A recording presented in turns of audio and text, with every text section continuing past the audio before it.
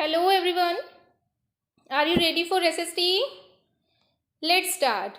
Today we are going to read part 2 of lesson 10. This is the rise of small kingdom in North India. We have studied in our part 1 that these small kingdom were rise up during the period of 750 CE to 1000 CE. These were Rashtrakutas, Palas and Pratiharas. Okay, so let us take revision of part 1. We have studied about these three dynasties, okay, and these three were the founder. Danti Durga was the founder of Rashtrakuta. Danti Durga founder थे राष्ट्रकूटास के, meaning इन्होंने Rashtrakuta dynasty को start करवाया था. And Gopala was the founder of Palas and Nagabhatta was the founder of Pratiharas. Okay, rock temples were built during Rashtrakutas period and Vikramshil Vihar built in Pala's period, and Puri, Konark, Kanchipuram and Khajuraho temples were built during Pratihara's period, and these are very famous places even today which were built in this period. Okay, move to the next slide. Here are the Rajputs. In this session we will learn about Rajput. Okay, Rajputs were very famous for their bravery. Their origin started after the decline of these three superpowers. Okay, Rajputs played an important role in medieval India. Yes, my dear. And in our 7th class, we learn about whole concept of medieval India. So Rajputs are important for us to learn about them. Okay, so let us learn. There is no clarity. कोई clarity नहीं है उनके origin के लिए कि वो कहाँ से आए थे हमारे इंडिया में. No clarity. Okay, and the word Rajput, और जो राजपूत वर्ड का मीनिंग है वो हमें पता चलता है राजपूत, राजा का बेटा, सन ऑफ राजा.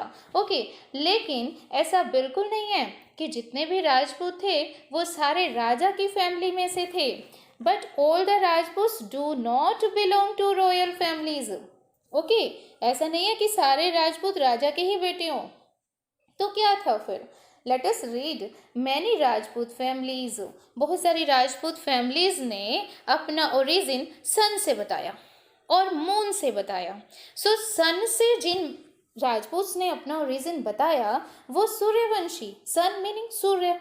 ओके, सन से ओरिजिन हुआ तो सूर्यवंशी, मून चंद्रमा, मून से ओरिजिन हुआ तो चंद्रवंशी. ओके, एंड कुछ हिस्टोरियन बिलीव करते हैं कि जो राजपूत हैं वो फॉरेन ट्राइब्स में से हैं, विदेशी कबीले से आए हैं. Okay, and settled in India, और इंडिया में सेटल हो गए.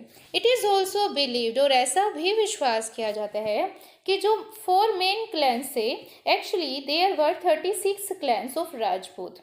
टोटल 36 क्लैंस थे राजपूत के, और उनमें से जो 4 क्लैंस है ना उनका ओरिजिन फायर से माना जाता है. ओके, सो जिनका ओरिजिन फायर से हुआ उन्हें अग्निकुलाज कहा जाने लगा. क्या कहा जाने लगा? Agnikulas. Okay, so Rajputs born from fire, they are known as Agnikulas. So here we have learnt 3 main words: Suryavanshi, Chandravanshi, Agni Kulas. Fire, second name of fire is Agni, Agni Kulas. Okay, they are, जो 4 clans हमने बात की वो कौन थे?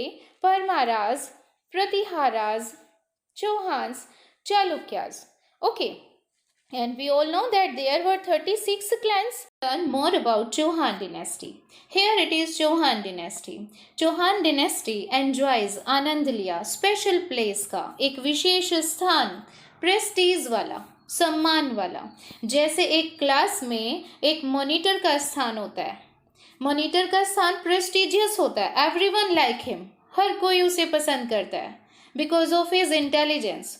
Okay, as here in Chauhan dynasty, among all Rajputs, there were total 36 clans of Rajput, and among all 36 clans of Rajput, only Chauhan dynasty enjoy the special place of prestige, सम्मानपूर्ण place.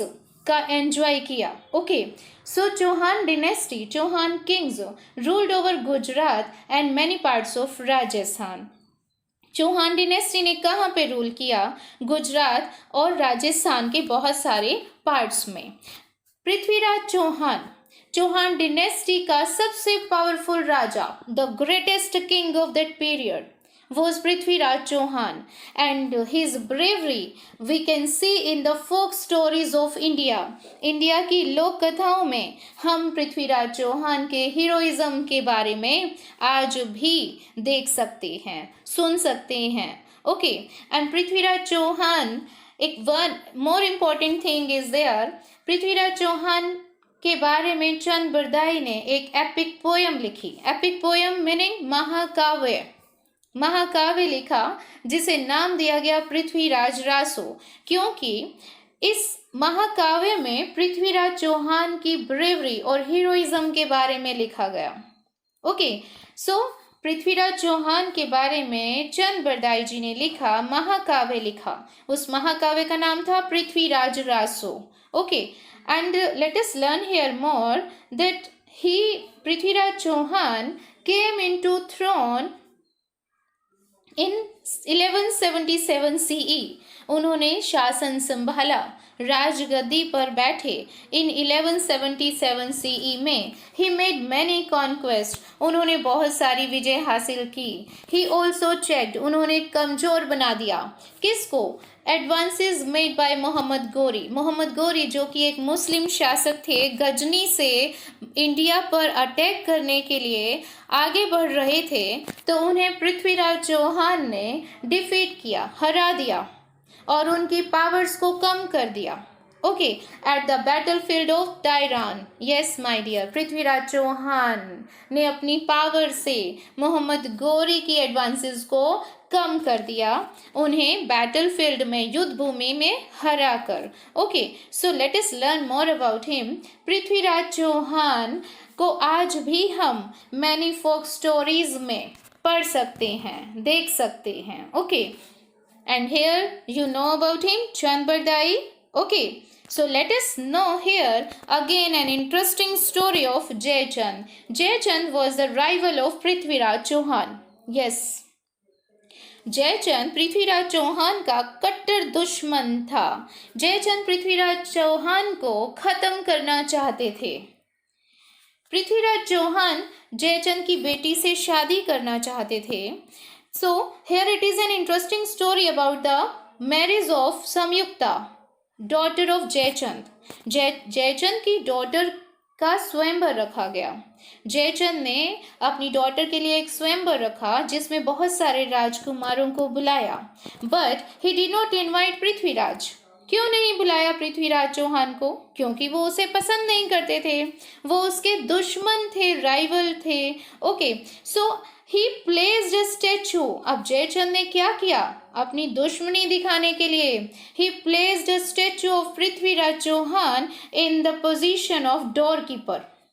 Door keeper meaning दरबारी के place पे पृथ्वीराज चौहान के statue को, उनकी प्रतिमा को खड़ा कर दिया. Just to insult him, Prithviraj Chauhan की इंसल्ट करने के लिए. लेकिन एक्चुअल में हुआ क्या? प्रिंसेस ऑफ कन्नौज जो संयुक्ता थी, उसने रिजेक्ट कर दिया. किसे रिजेक्ट कर दिया? ऑल प्रिंसेस को, सारे राजकुमारों को रिजेक्ट कर दिया. और इसकी बजाय जो गार्लैंड थी, फूलों की माला थी, संयुक्ता ने फूलों की माला को पृथ्वीराज चौहान के स्टैचू पर चढ़ा दिया. Meaning she wanted to marriage with Prithviraj Chauhan.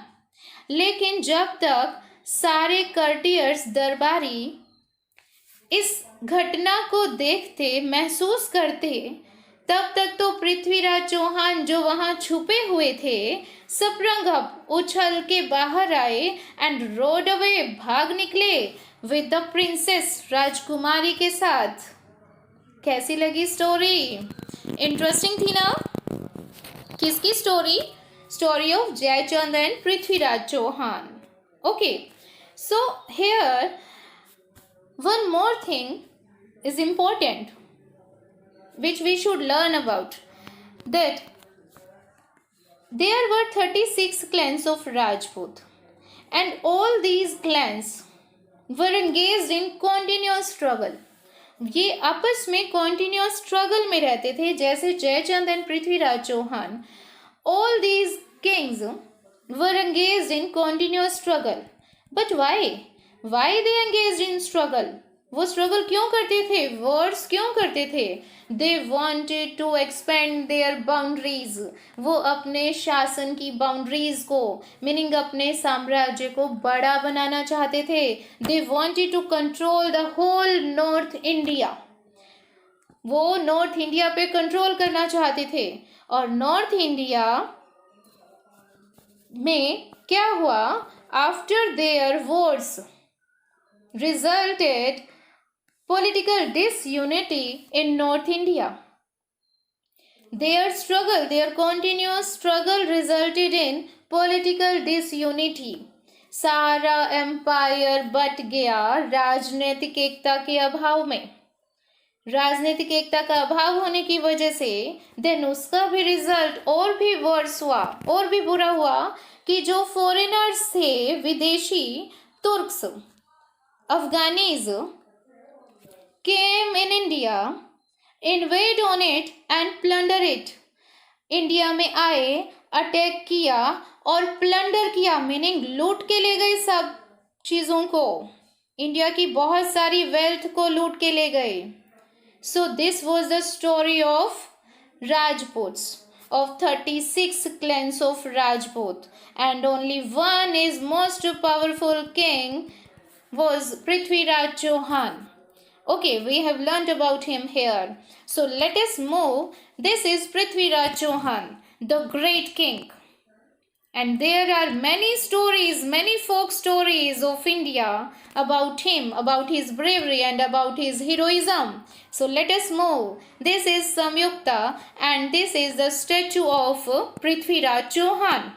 Okay, and here this is, what is this? This is Prithviraj Raso, written by Chand Bardai. Okay. This is an epic poem which narrates the bravery and heroism of Prithviraj Chauhan. So if anyone wants to know more about Prithviraj Chauhan, then read this epic poem. Okay, so let's move. Here again an interesting story about Prithviraj Chauhan. Prithviraj Raso tells us a story that King Prithviraj Chauhan was taken captive, बंदी बना लिए गए, and blinded, और अंधे बना दिए गए, उनकी आंखें फोड़ दी गई. किसने फोड़ी उनकी आंखें? किसने बंदी बनाया? Here this Mohammad Ghori. मोहम्मद गोरी जो कि अफगानिस्तान से इंडिया आए थे, मोहम्मद गोरी ने पृथ्वीराज चौहान को बंदी बनाया और उन्हें गजनी में कैदी बनाकर रख दिया और उन्हें अंधा बना दिया. गजनी क्या है? Ghazni a place of Afghanistan where Mohammad Ghori ruled over. Okay, so then क्या हुआ? देन पृथ्वीराज चौहान के कोर्ट में कवि थे Chand Bardai. We all know. Okay, so Chand Bardai जो कि पृथ्वीराज चौहान के मित्र भी थे, उन्हें पता चला कि उनके राजा को बंदी बना लिया गया है. ऐसा कैसे हो सकता है? सो चंद बरदाई ने एक लॉन्ग जर्नी स्टार्ट की टू अफगानिस्तान. अफगानिस्तान गए वो. देयर ही ट्रिक्स, उन्होंने चाल चली मोहम्मद गोरी पर. उन्होंने मोहम्मद गोरी को कहा कि परमिशन दीजिए, परमिशन दीजिए एग्जीबिशन के लिए. एग्जीबिशन लगाएंगे पृथ्वीराज चौहान की स्किल एट आर्चरी, उनकी धनुर्विद्या की निपुणता के लिए एक प्रदर्शनी लगाएंगे जिसमें आप अपनी प्रजा को, अपने दरबारियों को बैठा सकते हैं. सो प्रदर्शनी में पृथ्वीराज चौहान को क्या करना है? पृथ्वीराज चौहान को अपनी धनुर्विद्या की निपुणता दिखानी है. अब धनुर्विद्या में निपुणता कौन दिखा सकता है? एक ब्लाइंड व्यक्ति दिखा सकता है.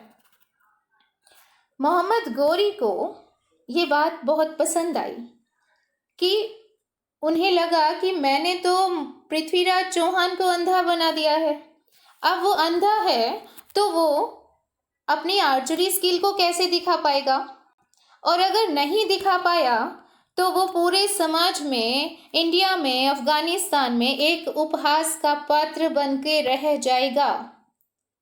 सो पृथ्वीराज चौहान का मजाक बनवाने के लिए मोहम्मद गौरी को ये बात पसंद आ गई और उन्होंने परमिशन दे दी, प्रदर्शनी लगाई जाए। ओके, सो क्या हुआ, पृथ्वीराज चौहान को क्या करना था? पृथ्वीराज चौहान को एक घड़ियाल, जो पुराने समय में राजाओं महाराजाओं के समय में घड़ियाल होता था, घंटा बजाया जाता था, अगर कुछ मुनादी करनी होती थी तो उस घंटे को बजाया जाएगा और पृथ्वीराज चौहान को उस घंटे की आवाज़ में तीर छोड़ना था। ओके, अपना निशाना बनाना था।